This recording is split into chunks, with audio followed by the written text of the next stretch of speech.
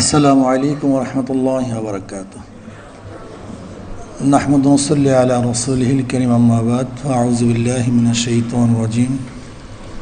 বিসমিল্লাহির রহমানির রহিম। কুনতুম খায়রা উম্মাতিন উখরিজাত লিন-নাস তা'মুরুনা বিল মা'রুফি ওয়া তানহাউনা আনিল মুনকার। সাদাকাল্লাহুল আলিয়্যুল আযীম। আজকে অনুষ্ঠানের সম্মানিত সভাপতি, আজকে অনুষ্ঠানের শ্রদ্ধাভাজন মাননীয় প্রধান অতিথি, বাংলাদেশের মাননীয় প্রধানমন্ত্রী হযরত উলামায়ে কেরাম, সর্বস্তরের বিভিন্ন স্তরের দায়িত্বশীল ভাইয়েরা আমার, আমি সংক্ষেপে দু একটা কথা বলবো। আজকে উলামায়ে কেরামকে এবং ধর্মীয় যাজকদেরকে সম্মানিত করা হয়েছে, এর জন্য আমরা আনন্দিত, খুশি, এবং আমরাও মাননীয় প্রধানমন্ত্রীকে সম্মানিত করতে চাই। বাকি আমি মনে করি উলামায়ে কেরামের সম্মান বেশি হবে যদি তাদেরকে স্বাধীনভাবে কথা বলতে দেওয়া হয়। কোরআন ও হাদিসের খেলাফ যতক্ষণ তারা কথা না বলবে ততক্ষণ পর্যন্ত যেন তাদেরকে বাধা না দেওয়া হয়, আমার একটা প্রস্তাব। নাম্বার 2, আজকে একজন ইমামকে দেখা যায় সভাপতি সাহেব সালাম না দেওয়ার কারণে তাকে বিদায় দিয়ে দেয়, এটা সম্মানিত না করার কারণে তাকে বরখাস্ত করে, হয়তো বাজারটা ঠিক মতো মুয়াজ্জিন সাহেব, সেক্রেটারি সাহেবের বাড়ি পৌঁছানো না কারণে তাকে বরখাস্ত করে দেয়।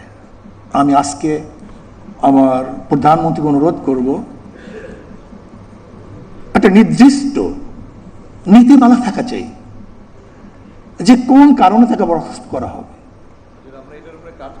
মাশাআল্লাহ, আলহামদুলিল্লাহ, জাযাকাল্লাহ। কেন বরখাস্ত করা হবে? যতক্ষণ আকীদা এবং কোরআন ও সুন্নাহর আকীদা, একটা শব্দ আমি সংযুক্ত করতে চাই, আকীদা এবং কোরআন ও সুন্নাহর অনুকূলে যতক্ষণ থাকবে ততক্ষণ কোনো অবস্থাতেই তাকে বরখাস্ত করা যাবে না। আলহামদুলিল্লাহ, শুকরিয়া জ্ঞাপন করছি। নাম্বার 3, যদি আপনি সম্মানিত করতেছেন উলামায়ে কেরামকে, তাহলে আমি বলবো যে কমপক্ষে যারা চাকরিতে অন্তর্ভুক্ত হবে তাদের চরিত্রের সার্টিফিকেট যেন এই ইমাম থেকে নেওয়া হয়, এই এলাকার ইমাম থেকে, যে 5 ওয়াক্ত নামাজ পড়ি কিনা, তার আদর্শ ভালো কিনা।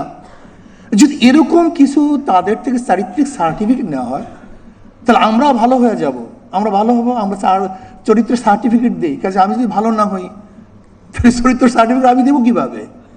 কাজে আমাকে আগে চরিত্রবান হতে হবে, তারপর আমাকে চরিত্রের সার্টিফিকেট দিতে হবে।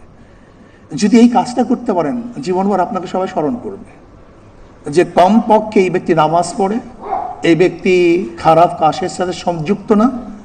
যদি ইমাম থেকে এরকম সার্টিফিকেট নেওয়া হয়, চরিত্রের সার্টিফিকেট, মনে হয় যেন সম্মানিত করা হবে। আর একটা কথা বলে শেষ করব, যে আজকে সম্মানিত ভাতা যেন নিয়ন্ত্রণের কোনো মাধ্যম না হয়, যে সরকার যেন ইমাম এবং মুয়াজ্জিনকে নিয়ন্ত্রণ না করে, বরং এটা সম্মানিত ভাতা সম্মানিত হিসেবেই থাকে। যদি ভাতাকে নিয়ন্ত্রণের মাধ্যম করা হয় তাহলে কিন্তু এটা হিতে বিপরীত হবে। আল্লাহ আমাদের সবাইকে দ্বীন ও ইসলাম অনুযায়ী চলার এবং মানার তৌফিক দান করেন। সবাইকে ধন্যবাদ।